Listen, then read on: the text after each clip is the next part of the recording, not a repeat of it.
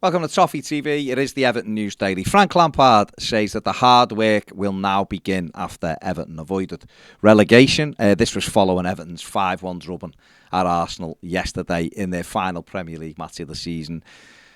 Yeah, it was a game that probably one game too many. That's certainly how the manager described it after the game. Everton had put such effort into the Crystal Palace game and the emotion of that.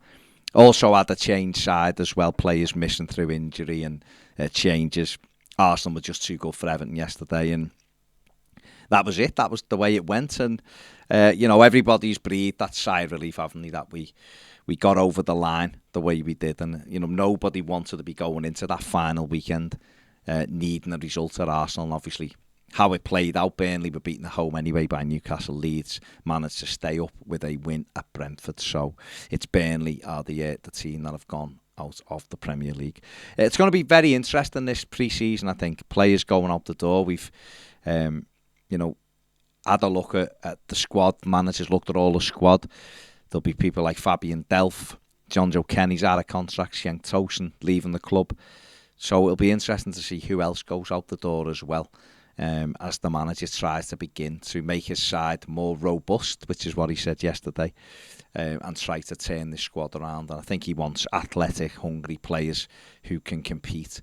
And then we'll see where we go with that. So it's going to be a very interesting pre-season. One of the things in that, there's more rumours today that Everton are going to make a move again for Anthony Barry. They tried to bring in Chelsea's set-piece specialist in January, former Everton player, of course, as well.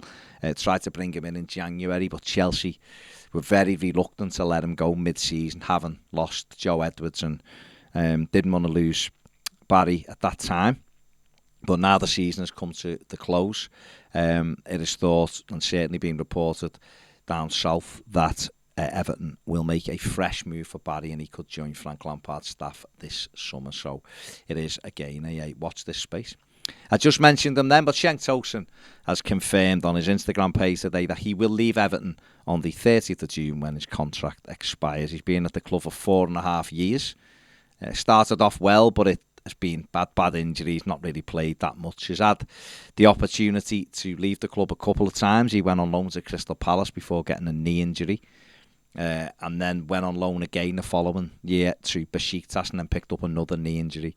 It was thought he'd sign a contract with Besiktas in January and move, but he didn't. But he now leaves the club in the next few weeks, and he may be the first of 4 or 5 who are out of contract who leave the club. But Cenk Tosun will not be at Everton after the 30th of June. Everton have apparently jumped to the front of the queue for Burnley defender James Tarkowski. He was relegated alongside Burnley yesterday, but the 29-year-old is out of contract this summer. And according to reports today, Everton are at the front of the queue and leading the race to sign him. Everton are the favourites for his signature, so we'll see with that. We have been linked with him for a few weeks, so it's not exactly a surprise. And Everton have also today been linked with a move for Watford winger Ismail Assar. The 24-year-old played 22 times for Watford this season and scored 5 goals.